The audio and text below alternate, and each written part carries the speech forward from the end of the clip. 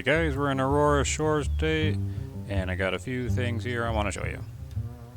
Just ending a hunt here with the sun setting in Aurora Shores, and hopefully just doing a short video today. With the new weapon pack that's been out, I want to show you something that you can do with this airfield. And also a community member, a well-known community member, has updated some information on the rifles.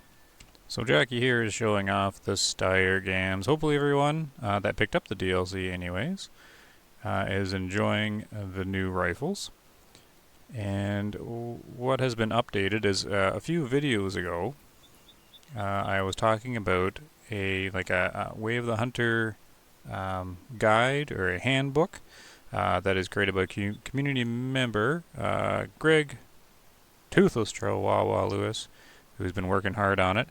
And in that video, we're going over some of the rifle details and some of the science he's done with that, and some specific numbers and some fancy charts he's got. And he's incorporated the new rifles into the chart.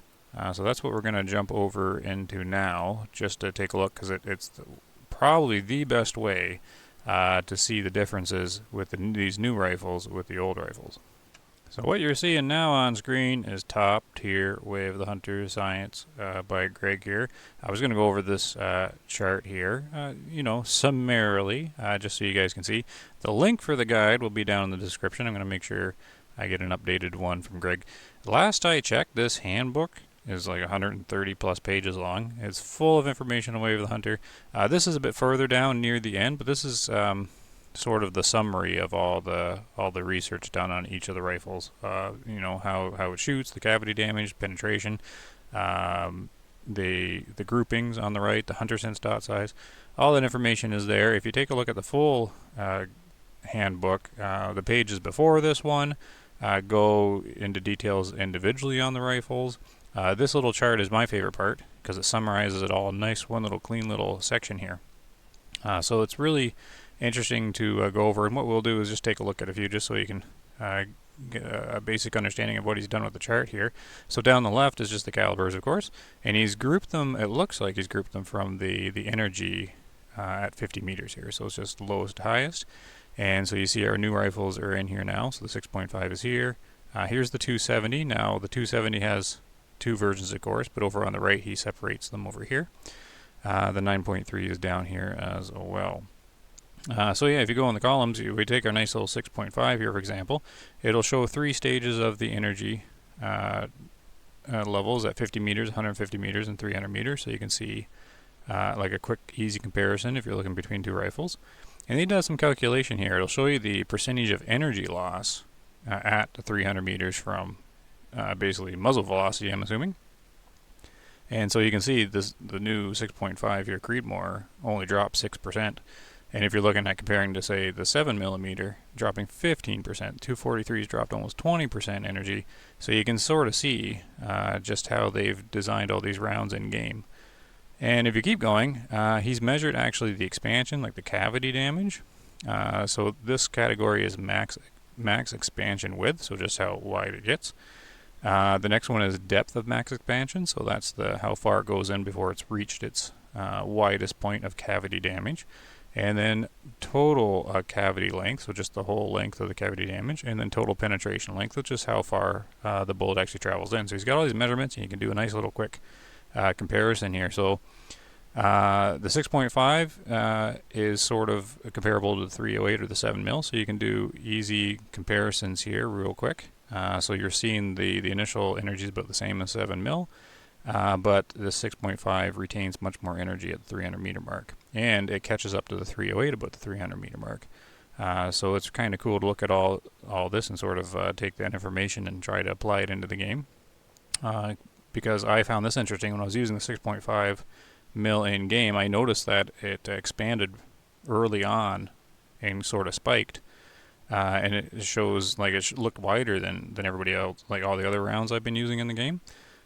And this kind of matches what I've been observing. So it's a 0.25 that he's measured at and whatever units he's been using in comparison to like 0.19 here and here. And then it also shows that it expanded much earlier in these two columns, which is what I observed too. So it's kind of cool to see it in number form, so it gives you a nice, easy comparison.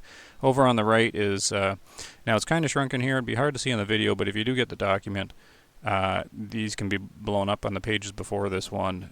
He's got them much larger, but it will show he's replicated the same shot pretty much every single time for each one. And he's working on this all the time, of course.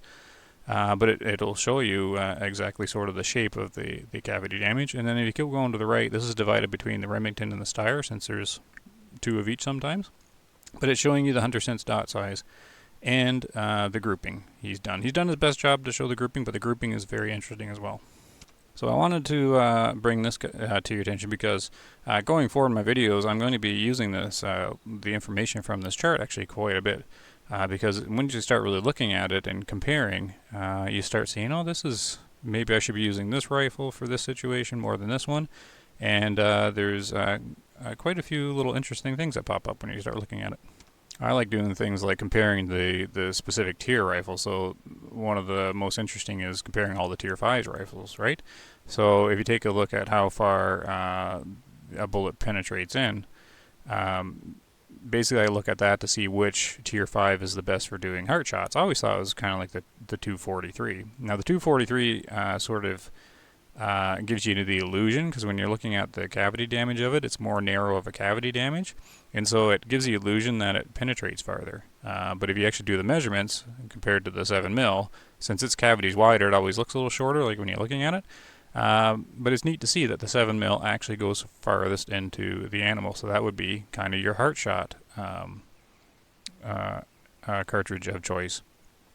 But I was looking at using the 6.5 as mainly the heart shot cartridge of choice until I seen this, but I'm still sort of debating between these two if you're looking at the numbers, because this one, the 7mm, will give you a higher chance of reaching the heart on different angles. However, the grouping, though, I know it's hard to see there, but you can see the grouping a little better on the other pages. The grouping is, it may not look that different because it's only 150 meter grouping, but it's significant because the farther away you go, the grouping spreads even more. And the 6.5 is just much tighter. So I'm still considering the 6.5 as being that heart shot sort of leading weapon I use. But the 7mm for sure is still in the running. But it is interesting to see that the 308 just doesn't penetrate anywhere near as far as the 7mm, or even the 243. So lots of good little info here. So you can see all sorts of little bits of information here, because out of the tier 5s, the new 6.5 Creedmoor has the widest expansion at its peak. So that's kind of cool here. If you look at the new 9.3 down here, what's interesting about that is the depth of its max expansion is much farther than the 300 and the 350. I'm not kind of rule out the 338. It should be a tier 7 or something like that. But if you're looking at these three, that's kind of interesting, even though you typically wouldn't use the 9.3 over the 300 from what we're seeing in hardly any scenario really compared to the 300. But it is interesting to see that the 9.3 peaks a lot further in than the 300 does. So if you kind of think about that, maybe there's situations where that would be handy. I'm thinking predators, like where lions, because the round was designed apparently for hunting lions, and in the game the predator lungs and everything like that, they're really deep in and they're kind of narrow. So when you start going for the lungs, it's different when you're hunting predators, and I really noticed it with the lions. And if the expansion maxes out farther in, that might actually be quite helpful for predator hunting in the game. But enough of that chart. I wanted to bring that up because there'll be a few of you out there, I think, that's interested in that sort of thing, and Greg's doing a great job on it. He is updating it all the time, that little handbook. He's doing the different versions, right? I think he's on the 7th version or something. So it's pretty fancy. Check it out. Yeah, link will definitely be down there in the description there. And if you got that handbook and you've got the toolbox from Nikibu kind of on the other screen or on a tablet or something like that, you got tons of tools for tackling Way of the Hunter here. Now, interesting about the airfield here that a lot of people have sort of figured out, but a lot of people may not have. The shooting ranges in Transylvania and Nez Perce are kind of limited at 200 meters. You can sort of stretch it out by backing up a little bit more, but you can do your own little makeshift shooting range here on Aurora Shores, and it gives you tons of flexibility because you can use these boards here and do it. And you can use the cones and all sorts of different things. You can even see the wind, even though we know the wind here. But if you use the UTV, of course, you can switch out your gear really easy. And you can do things like practice shot grouping and testing, how the wind affects everything and drop. If you're not using the hunter sense dot, right? Lots of things you can do here. And you can get pretty good distance because you can back up that UTV pretty far and practice your shooting at different distances. What I do is I was making my own groupings. Just doing my own test because Greg's got his groupings in the document, but that's his shooting, right? And his shooting looks quite good. However, I'm trying to do my own shooting in my own groupings. My groupings are going to be different just because of how precise I shoot, right?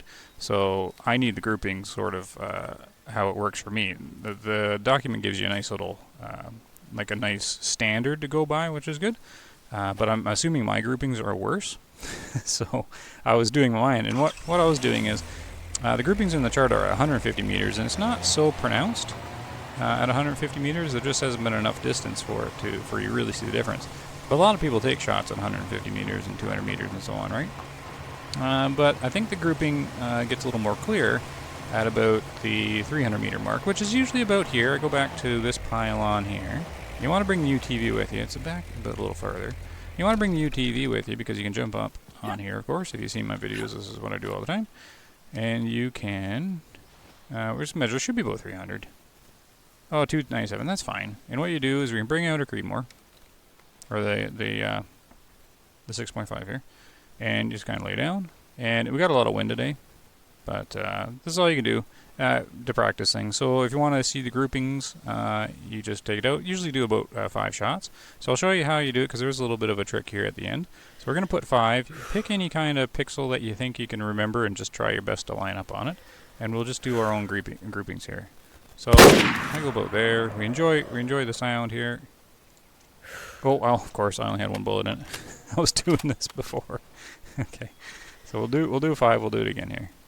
We'll do it again here. It takes a second. So I'm just aiming for where that little where the tube is there, and I'm just doing my best because I'm using, the grouping should be accurate to how I shoot, which is the information I need. Okay, so we're just going to do 1 more. There we go, and we're going to see what that grouping's like. You got to hop down pretty fast. I don't know how far away you can actually be. We should try a longer shot to see if we can do it, but you got to be pretty quick because the bullets will disappear in the game. And that might be due to some settings, but my settings are all on high. And what you can do is you drive up real fast.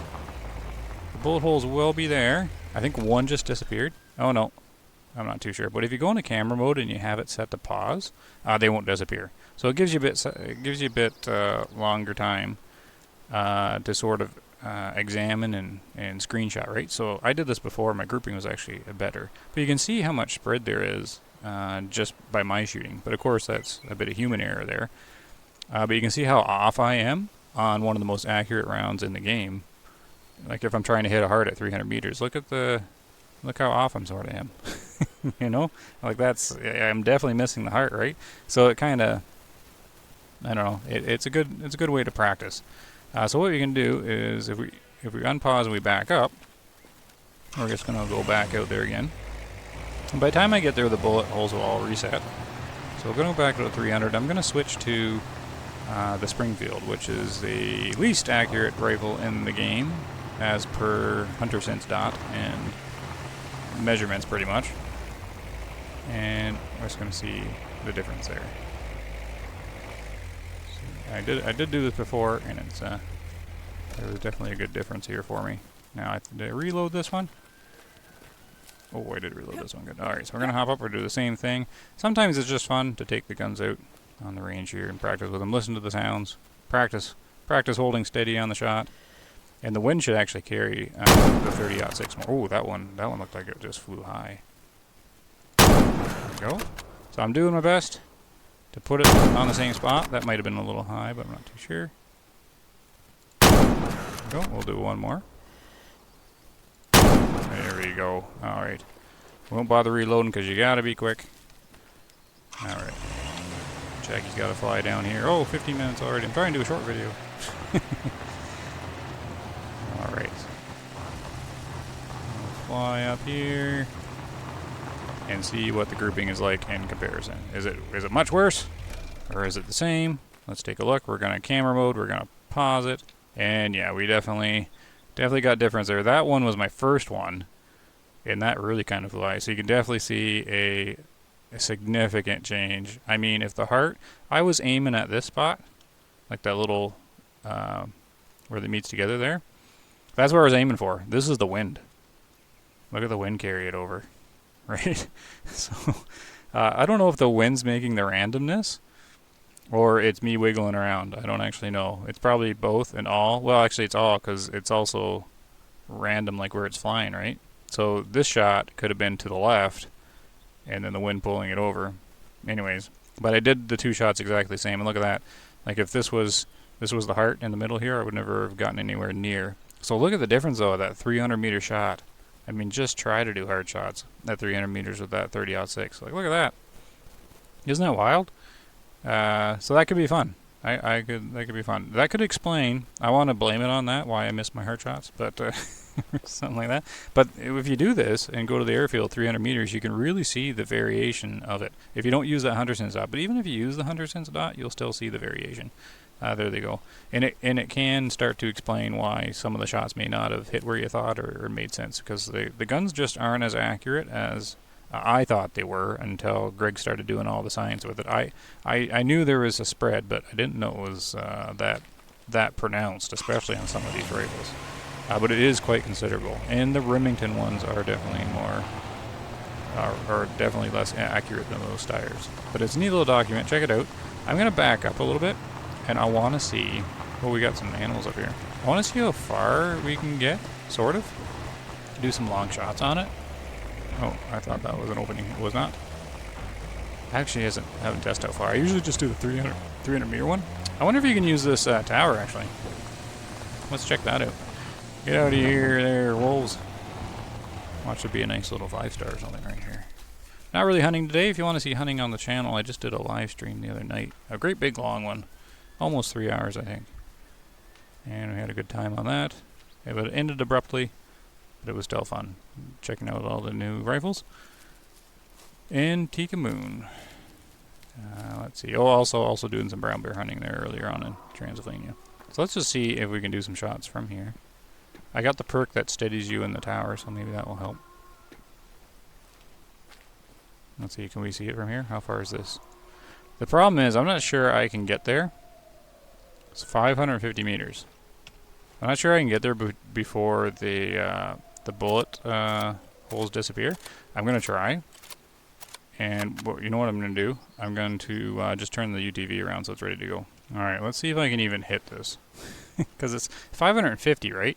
So it's kind of a weird zeroing. So I'm going to do 600 and aim a little low. Or maybe I'll do 500 and aim a little... Ooh, I don't know. I'm going to aim for... So I'm not... Oh, I should try to do a grouping, but I wonder if I even hit it. Let's just see if it even hits. So I'm going to aim for the same spot. I'm not accounting for wind, because I'm just going to try and put it on the same pixel every time. And see, I think laying down's easier. Hold on. Oh my, look at the curve on that. Okay, I think that missed. I'm not even sure that hit. Oh my, this is wild. It's not even getting there. Alright, so let's try the Creedmoor. Man, that's landing short, and just the wind's just taking it. Well, that's kind of fun. If you don't use the 100 cents, I think the 100 cents dot should be gone. It's more fun trying to hit with these things. All right, let's try to aim for this left one because I don't know how much the wind should pull it less, but let's try this. Oh, so that was a little higher than I wanted it. Oh, that was a little lower than I wanted it. Okay, at least it's hitting though. At least it's hitting. Oh, that's way too low. That one didn't hit. Okay, that one didn't hit either, but run over there quickly. See if there's like 3 bullet holes in there. Yeah, I'm not sure I'm gonna get there in time. This is I don't think they stay long enough. But we're gonna see. Oh, of course, if you run into a tree, you're not gonna see them. Maybe if we floor it, we might get there to see them. I think I only got 3 that hit. They're going to be disappearing any second now. So maybe we won't even get out of the UTV. Maybe we'll just camera mode it. And, oh, this thing's still moving. Is there anything there? Oh, I think they disappeared already. Okay, that could be a little difficult. Maybe it doesn't render the bullet holes in that far away. I'm going to try one more time, but I'll do it off camera. I'll just show you if it kind of works here. Oh, I'm just curious. I'm curious if it can be done. Oh, actually, we'll end the video here. You can play around with that. See if you can get those bullet holes to stay or figure that out. But, yeah, you can set up all sorts of things. Oh, I want to show you one more thing. Oh, I want to show you another thing. Wait, can you use the lodge as, like target practice? Oh, you can. I wonder if it puts bullet holes there. Feels kind of wrong to shoot the lodge. I wonder if it marks the bullet holes or not. Yeah, anyways. So, I want to do one more thing. You can do it this, at the airfield. This was from Hunter's Gaming, actually told me this a while ago. If you're using the bow, or crossbow, or anything like that, maybe I'll use the crossbow, because it'll just sort of be easier to see. These pylons are really handy. So if you're not using the Hunter Sense dot, and you want to test how the wind affects the bolt, what's a good one to use? Probably this one's a good one to use. So right now I have the wind facing right at me. So if you go to like a normal shooting range, like a Nez or whatever, you're kind of stuck with what the wind you have, right? So now you can't do anything about the speed here. But you can do stuff about the direction here, but you can't do it in Nez, right? So you can go here, and then we'll be facing straight on. And then you can set your distance, whatever you like. And you just kind of aim anywhere on the pylon that you feel will work. But we just use the tip here. But if you want to see easily, like practice with the wind, just change location on the pylon. So this little pylon gives you a nice little 360 sort of thing to work on. So set your distance again.